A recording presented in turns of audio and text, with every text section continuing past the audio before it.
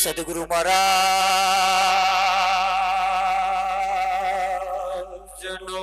જય હો.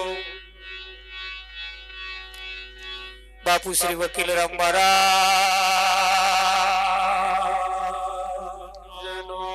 જય હો. નટુરામ મહારાજનો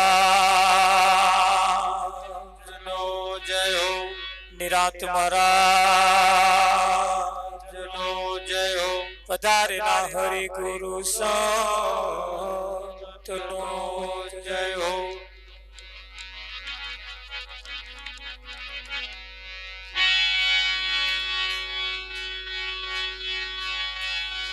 સદગુરુ તમારે શરણે નમો.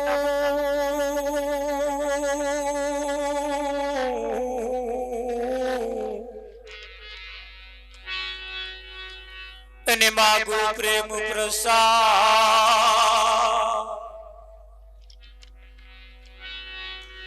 દયા કરીને મોહે દીજીઓ. મોહે હરિ રસિ અમૃત સ્વાદ.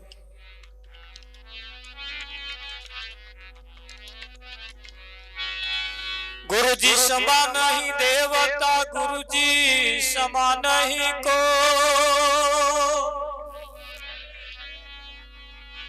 राम कृष्ण भगवान ने माथे सदगुरु हो.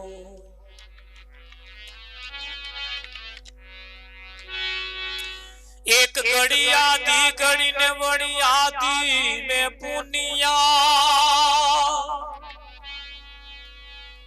तुलसी संगत संत की कटे कोटि अपराध. सतगुरु महाराज जय हो. આજનો પાવનકારી પુનિત પ્રસંગ શેરખી ગામની ધર્મધરા ઉપર પ્રભુ ભક્ત એવા અરવિંદ મહારાજના ઘરના આંગણે જેમ આજે દૂર દૂરથી મહાન પુરુષો પધાર્યા,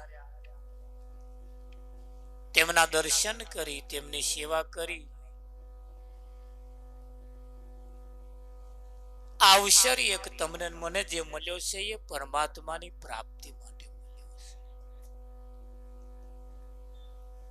અને મૂળ ધ્યેય જે આપણો છે, ધ્યેય ભૂલાઈ ના જાય, રહી ના જાય, એના માટે થોડું જાગવાની જરૂર છે.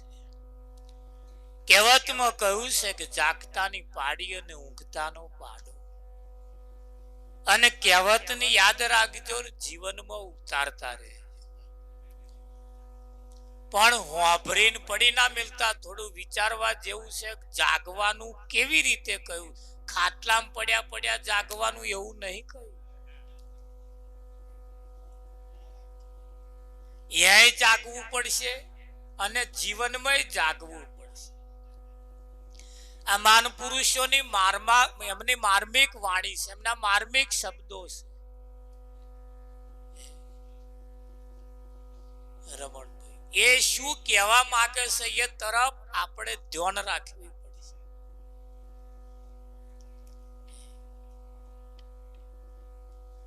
એક બાળકને જ્યારે આપણે માં કેવડાવી હોય, આપણા પોતાના છોકરા, આપણું બાળક હોય, આપણા છોકરાને માં કેવડાવવા હતું, આપણી જ પત્નીને આપણે પેલા માં કહેવું પડે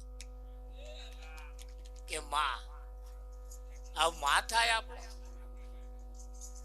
આપણે કહીએ તાર એવો કે તારે અમને પપ્પા કેવડાવવા હતું, માને પેલા પપ્પા કેવા, ધણીને પેલા પપ્પા કેવા, તાર પેલા બોલે. રમણ કેટલું બધું ઓકવર્ડ છે. અહીં કોઈના અન્યમ બેસતું નથી. તમારા જીવનમાં શાંતિ સ્થાપવા માટે પણ કોઈ સંતમાં પુરુષની જરૂર પડે. બાકી અન્યમ શાંતિ ગમે તો ખોરવા જશો ને, કહે મળવાની નહીં, બધે ઉપાધિઓ જ પડી છે. બધે ઉપાધિઓ પડી છે. શાંતિ તો સંતોની પાસે છે. જીરે લાખા શાંતિ પમાડે તેને સંત કહીએ. એના દાસોના દાસ થઈને રહીએ. કોઈ જગ્યાએ એવું નહીં કહ્યું ભુવાની પાસે જઈએ શાંતિ પમાડે. એ ઉડતા જાવ એટલે 25-30 વર્ષનું પાછા ગાલ્યા. તમારા આગળ વાળાનું આવું પાકી. અને અમની પાસે જાવ એટલે વળગેલું હોય એ છોડાવે. આ છોડાવે અને પેલા બોધ્યા લે ઉડતા ના હોય નું ગાલ્યા લે. આવું કાઢિયાલ્યું કે કે ખરા કાઢિયાલ્યું એવું, પણ કાઢિયાલ્યું નહીં ગાલ્યાલ્યું ભાઈ. કે ખરા આવું કાઢિયાલ્યું એવું. પણ આવા કોઈ સંતમાં પુરુષ જો મળી જાય તો પેલા ડાયરેક્ટ ભગવાનને બધા માનતા હતા. કોઈ આવું પથ્થરની મૂર્તિને મંદિરમાં દેવી દેવતાઓને નતા માનતા. આ તો જેમ જેમ યુગ બદલાવતો ગયો એમ એમ એમ એમ જેવી જેવી પ્રજા ઉત્પન્ન થતી ગઈ એવું એવું હમણાં જાહેર કરતા ગયા અને એવું આમ માનીને બેઠા. બાકી મૂળ બાબત જે છે એ રહી ગઈ અને જે મૂળ બાબત નહીં એ પહેરી ગઈ, ઠસી ગઈ અને લોકોએ ઠસાઈ દીધી. અને જૂઠું વેલા ઠસે, સાચું ઠસતો વાર લાગે. એક તમારા છોકરાને ખાલી એકડો શીખવાડવો હોય, એકડો કેટલું બધું વહમું પડે, કેટલું વહમું પડે. તમને કંટાળો હોત આવી જાય, એક આલુ તો ખેંચી નો આમ નહીં વરાતું, આમ નહીં વરાતું. અલ્યા એ તો તારા માટે છે બધું. હવે અને તમને એકડો ઘૂંટતો જેટલું નાકે દમ આવ્યું તાર તમ ઘૂંટ્યો છે અને તેમ અત્યારે અહીંયા એક હાલ દઉં છો. એટલે નહીં આવડે એવો આવડે. અને એ તો એવા કોઈ સંતમાં પુરુષની પાસે જ્યારે જઈએ ને ત્યારે મૂળ બાબત તમારે જેની જરૂર છે એ ભાથું એમની પાસે છે. કેમ એમની પાસે છે? એમાં એ રચ્યા પચ્યા રહેશે. એમાં એ રચ્યા પચ્યા રહેશે. એક ડોક્ટર બનવું હોય તો તમારે ડોક્ટરનું ભણવું પડે કે ના ભણવું પડે? કોદાર ડોક્ટર જન્મે નહીં, એન્જિનિયર જન્મે નહીં, માસ્ટર જન્મે નહીં, વકીલ જન્મે નહીં. કોદાર મારો વકીલ જન્મ્યો એવું કોઈ કહ્યું? એનો જે ભણતર આવતો હોય એ ભણતર તમારે ભણવા પડે. એમ પરમાત્માના જો દર્શન કરવા હોય અને પ્રાપ્તિ જો કરવી હોય તો એની જેણે પ્રાપ્તિ કરી હોય એમની પાસે જવું પડે. એમની પાસે જવું પડે અને એ કે એ પ્રમાણે કરવું. કબીર સાહેબ ની પાસે કોઈ ભગત ગયો ને એને કહ્યું કે બાપુ મારો એક પ્રશ્નનો જવાબ આપજો. તા કે બોલો ભાઈ શું પ્રશ્ન? કે બાપુ લગ્ન કરી લઉં, લગ્ન કરવાની ઉંમર છે, માગવું આવે છે, તે લગ્ન કરી લઉં? એટલે સાહેબ બોલ્યા એ એમનું કામ ચાલુ રાખ્યું. 5-10 મિનિટ થઈને પેલા પછી કહ્યું મારો પ્રશ્ન ધ્વન ઉપર ના લીધો બાપુ, હોંભર્યું ના હોંભર્યું. પછી કહ્યું કે બાપુ લગ્ન કરી લઉં? તોય ના. પછી ખાસું અડધો કલાક બેહી રહ્યો. અડધા કલાક પછી કહ્યું આમ પગે અડારીને આમ ગોદો મારીને કહ્યું બાપુ લગ્ન કરી લઉં? તોય બાપુ બોલ્યા. 6-7 વખત બોલ્યો પણ બાપુ કશું ધ્વન દોર્યું નહીં. એટલે બાપુએ બપોરનો સુમાર હતો એટલે ઘરમાં બૂમ પાડી, ખબરો છો કે દીવો લાવો દીવો. એટલે પેલો અમને દીવો લઈને આવ્યો. એટલે દીવો લઈને આવ્યા કે ઓલેલો નહીં હરગાઈને લાવો. તે પાછો લઈ ગયો અને હરગાઈને લાવ્યો અને મેલ્યો ને એટલે પછી પેલા એ કહ્યું જે પેલો લગ્ન કરી લઉં એવું પૂછવા આવ્યો તો એવો બોલ્યો કે ધોરો દાઢો છે, બપોરે સૂરજ માથે આવ્યો છે અને સહેજે અંધારું નહીં તો દીવો શું કરવો? એટલે બાપુ બોલ્યા.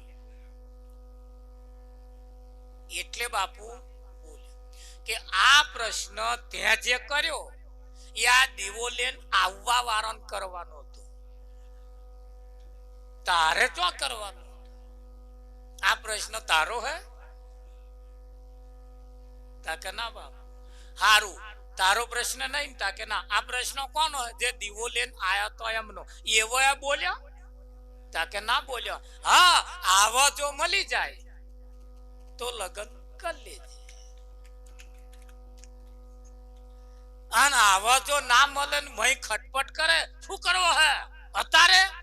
તો પડતો નહીં પૈસા, હવા જ નહીં.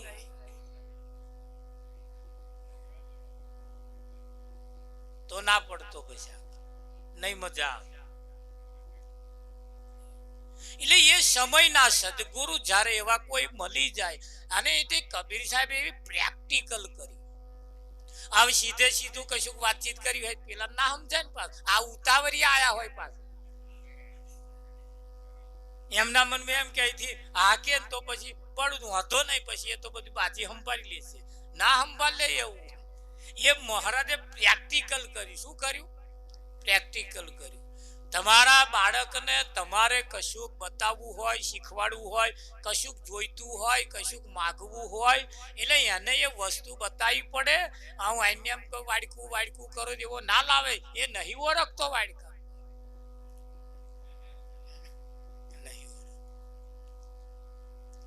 અમદાવાદ ટ્રેન ઉપડીને બોમ્બે જતી હતી, એની બાપ બેટો બે બેઠા હતા.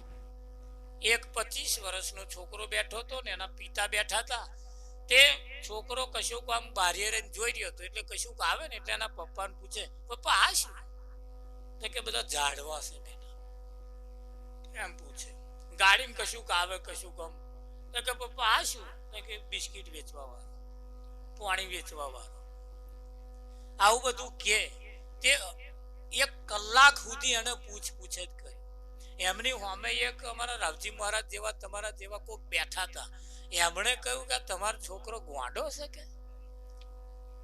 કે ચમ એવું બોલ્યા? કે આ બધું ઓળખતો નહીં કે આ 25 વર્ષનો થયો તો.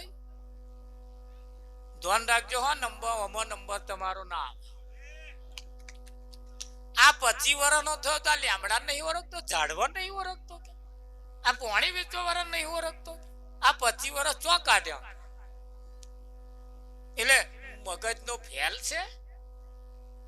એટલે પેલા એના બાપાએ કહ્યું, એના પિતાએ કહ્યું કે ના, ફેલ નહીં, કમ્પ્લીટ છે, બધું કશું ખોમી નહીં. તાકે આજ બધું ચમ કલાકથી તમને પૂછું, કલાકથી જોઈ રહ્યો છું કે વાત એમ છે. એને પેલા હું આંખે દેખાતું નતું, અને અમદાવાદ સિવિલ હોસ્પિટલમાં જઈને મેં એનું ઓપરેશન કરાયું, અને જન્મથી એને દેખાતું નતું ના. ઓપરેશન કર્યા પછી આજે જ આંખેથી પાટા ખોલ્યા, આજે. અને જેવા ખોલ્યા ને એવો દા ટ્રેનમાં બેઠો.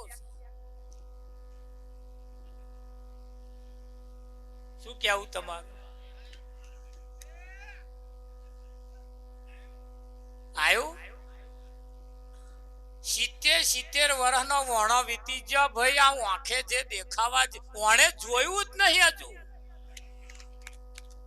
અને આ મહાન પુરુષોની પાસે જાવ, એવા ઓપરેશન કરે ને પાટો જ્યારે મહીથી કોઢલે ને, તાર ભાઈ આ તમે જેના દર્શન કરવા માંગો છો, તમે જે ખોરો છો ને, એ તો તમારી પાસે છે, પણ પાસ હે પણ પત્તા નહીં, તમારી જોડે છે, પણ માર્ગ તમારા જુદા છે. મતલબ કશો બીજો નથી, માથાકૂટ કશી નથી.